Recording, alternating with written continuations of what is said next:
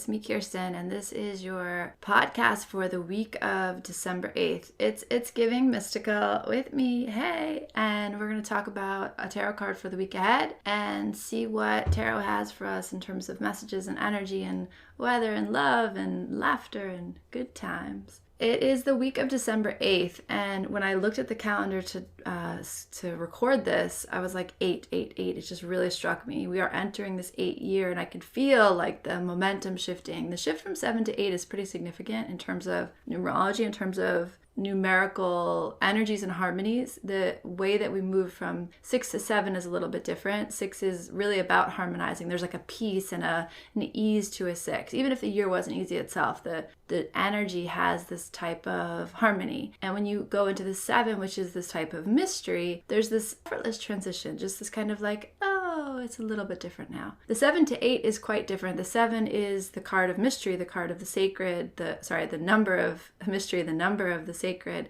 It is this, as I've said so many times this year, this kind of like internal processing and churning and shifting and metamorphosis that we can't quite see. The 8 is the number of earthly living, earthly manifestation, abundance, success. My son was born on the 8th, and he's one of those people that I just look at and I say, like, you have no problems in the world. Like, you are at home in the world.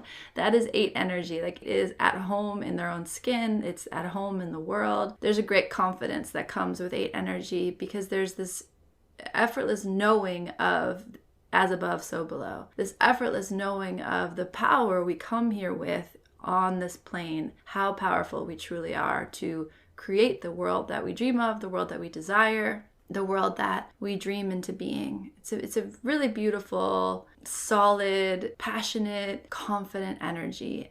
I can feel that coming. I can feel 2024 kind of coming, like blowing at the gates. And this 8 week ahead of us feels important and feels like that number 8 is ringing like a bell in our ears. And it's ringing about the year ahead. It's ringing about the energy of the 8. It's kind of, you can feel the 8 prepping the canvas for us for the year ahead. And then I pulled a card, and the card I pulled was the 8 of Swords. So this 8 energy, just feel into it. See how it works for you. Notice it this week. I wonder what some people love the number 8. Some people are like, I could take it or leave it. Just be aware of 8 and how it's showing up in your life and where it is and what it wants to say to you, what it wants to ring for you, because it has this very clear sense of a bell. And so I wonder where it's drawing your attention, what it's drawing your attention to.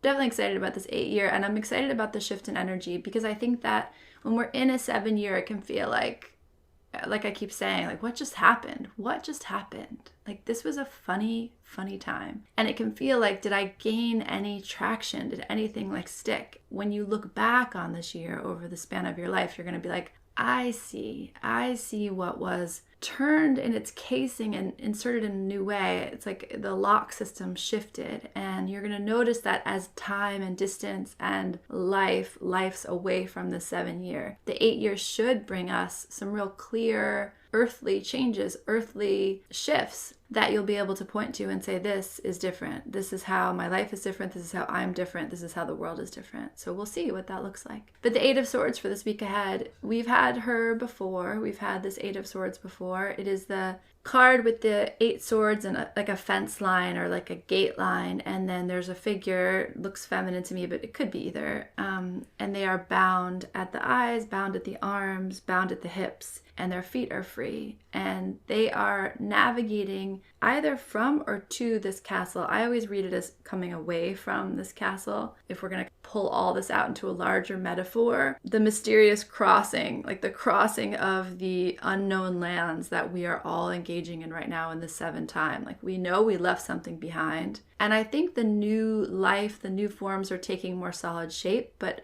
for many people, there's been this extended sense of, I know what I'm leaving behind. I know what I don't want. I know what no longer works for me, but I can't quite envision, I can't quite reach for, I can't quite arrive at this next place. And this, if you have the Rider-Waite deck and you can take a second to look at this card, she's moving, she or they or he is moving away from this castle, this structure, this solid thing, tower, and in this kind of valley, and they're following the river, they're following the water, they're following their intuition, they're following their gut, they're following the song from the universe. step by step, blind and in some ways helpless, hands bound, eyes bound. So all the active alert ways that we are in this world, we use our hands and we see the world, and that's that we rely on those very heavily as humans, that we can make change. We can see what we need to do and we can handle it. In this card, eyes are bound, arms are bound. I just have to trust my feet. I have to trust this step and then this step and then this step. I have to trust the waters, this curve and this song and this bank, and like each step. So the Eight of Swords is, from the most high level, like most objective standpoint, the Eight of Swords says that something about your thinking is not your greatest tool right now. Something about your mind, your mental energy is blocking you or getting in your way. And the Eight of Swords says, drop into your heart, drop into your feet, drop into your intuition, and just trust one step. And it's leading you exactly right. There's something deeply empowering about not making sense of things, being where you are. Be here now. Be here now. Be here now and handle this thing that's right here in front of you, the thing that you probably don't want to deal with, or it's too boring, or it's too mundane, or it's too uninteresting, or it's too fraught or difficult or confusing, and I don't know how to untangle it. Yeah, but deal with it. It's here. It's right here in front of you. And there's something about the Eight of Swords that says you can't go anywhere if you don't put the next foot forward, if you don't trust the next step forward. Life is made up of a series of choices. It's breath by breath. It's choice by choice. It's step by step. And it goes back to what we said in November for justice. Where are you now? And where are you going? And how are your choices, your daily habits, your daily breaths aligning and taking you towards the life you say you want? So where's that distance? Where's that gap? I want to be healthy and feel good in my body. Okay, am I moving my body? Am I nurturing my body with good foods and enough water, right? Am I getting enough sleep? Am I holding my body with love? Or am I saying I really want to feel really good in my body and I'm rushing through my day and I'm not drinking enough water? And this is no judgment. Me too, dude. Me too. Like I have days where I do it beautifully and days where I do it like I'm, pulling an all-nighter at college. Just a recognition that where you're going grows out of the steps you take today. The Eight of Swords brings us right back to this moment. And it says, like, stop overthinking, stop trying to make a plan, stop trying to explain it, defend it, analyze it, and just be here. What's right here? What is life saying to you? This is your next step. Where are you in that? How close in or far away from that are you? Remember how I talked about, if you listen to the December energy forecast, I talked about the Hangman being this card that people bounce off of.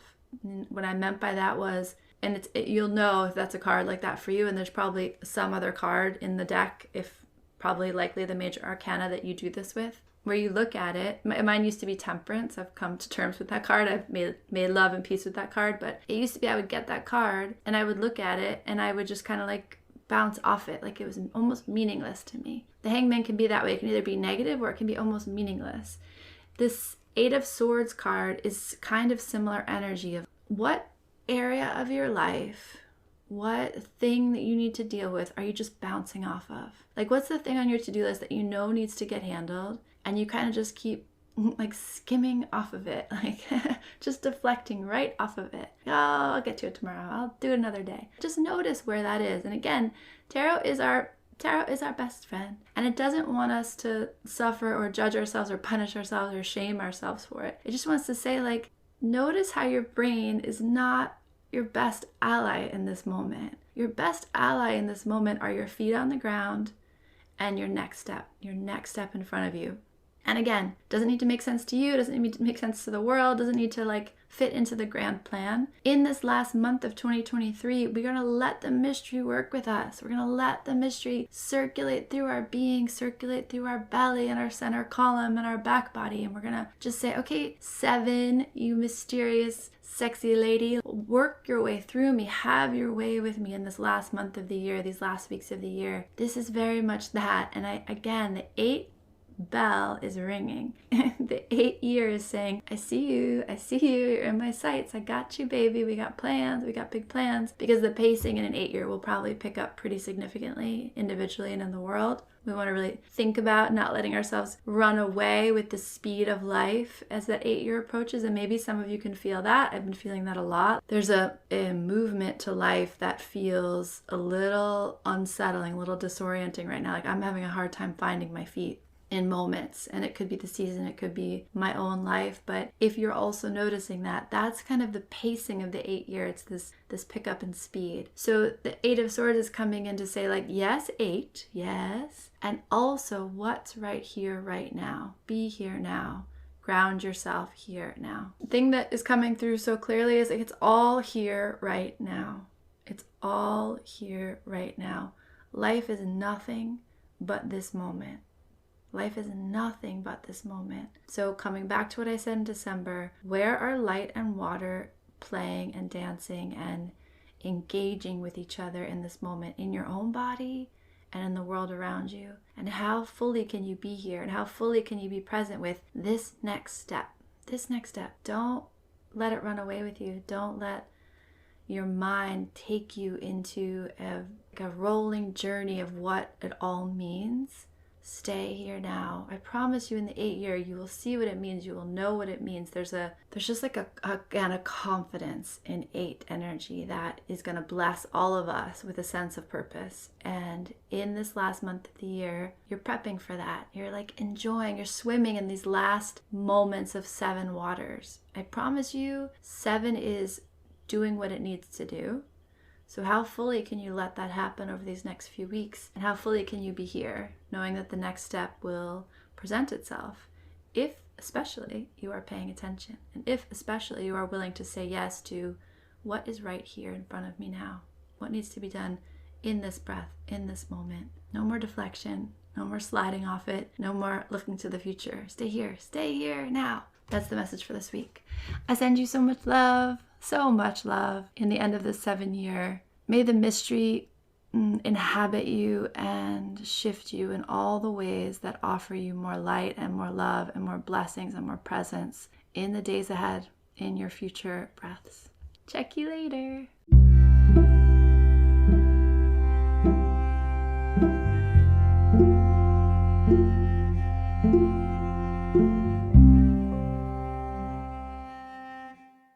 It's giving everything is sacred. It's giving art. It's giving light you up and turn you on and set you free. It's giving curiosity. It's giving freedom. It's giving love. It's giving you are more magical and powerful than you can comprehend. It's giving, I don't know what's happening, but I am so here for it. It's giving you are pure potential. It's giving mystical.